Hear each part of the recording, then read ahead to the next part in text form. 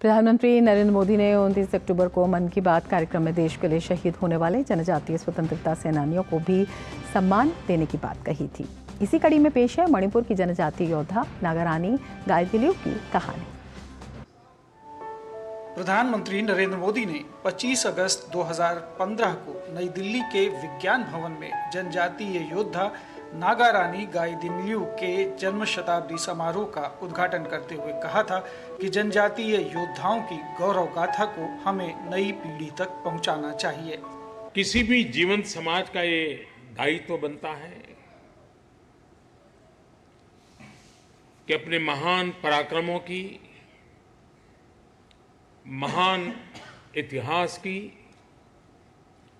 पूंजी को संजोए रखना चाहिए और पीढ़ी दर पीढ़ी उसका संक्रमण होता रहना चाहिए। नागारानी गाइदिन्ल्यू का जन्म मणिपुर के लंगकाओ ग्राम के रांगमई जेलियांगरांग जनजाति परिवार में 26 जनवरी 1915 को हुआ था। 13 वर्ष की आयु में वो नागा नेता जादोनांग के संपर्क में आई। जादोनांग मणिपुर से अंग्रेजों को निकाल बाहर करने में लगे हुए थे। वे ईसाई मिशनरियों के धर्मांतरण षड्यंत्र का विरोध करते थे।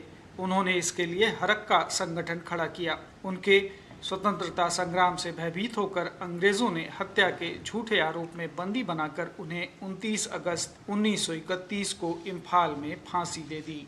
अब स्वतंत्रता आंदोलन का नेतृत्व सीधे बालिका गाइदिन्ल्यू के हाथ में आ गया। स्वतंत्रता संग्राम की बागडोर संभालते ही गाइदिन्ल्यू ने अंग्रेजों को टैक्स देना बंद कर दिया। 16 वर्ष की इस बालिका के साथ 5000 नागा सैनिक थे। इनकी सेना में महिला सैनिक भी थीं। गाइदिन्ल्यू छापामार युद्ध और शस्त्र संचालन में अत्यंत निपुण थीं। गाइदिन्ल्यू द्वारा चलाए जा रहे आंदोलन को दबाने के लिए अंग्रेजों ने आदिवासियों पर बहुत अत्याचार किए। 18 अप्रैल 1932 को अंग्रेजों की सेना ने अचानक आक्रमण कर दिया और गाइदिन्ल्यू को बंदी बना लिया। उन्होंने 15 वर्ष जेल में बिताए। सन 1947 में भारतवर्ष में अंतरिम सरकार का गठन हुआ। तब प्रधानमंत्री जवाहरलाल नेहरू के निर्देश पर गाइदिन्ल्यू को जेल से रिहा कर दिया गया। 1937 में जब पंडित जवाहरलाल नेहरू उनसे मिलने शिलोंग जेल गए तो उनके साहस, वीरता और मातृभूमि प्रेम को देखकर उन्हें नागाओं की रानी कहकर संबोधित किया। सन 1972 में उन्हें ताम्रपत्र स्वतंत्रता सेनानी पुरस्कार, 1982 में पद्म भूषण और सन 1983 में विवेकानंद सेवा पुरस्कार दिया गया। रानी गाइदिन्ल्यू का निधन 17 फरवरी 1993 को उनके पैतृक गांव में हुआ। ब्यूरो रिपोर्ट, दूरदर्शन समाचार। इसके साथ ही मीडिया प्राइम में फिलहाल इतना ही। दीजिए इजाजत।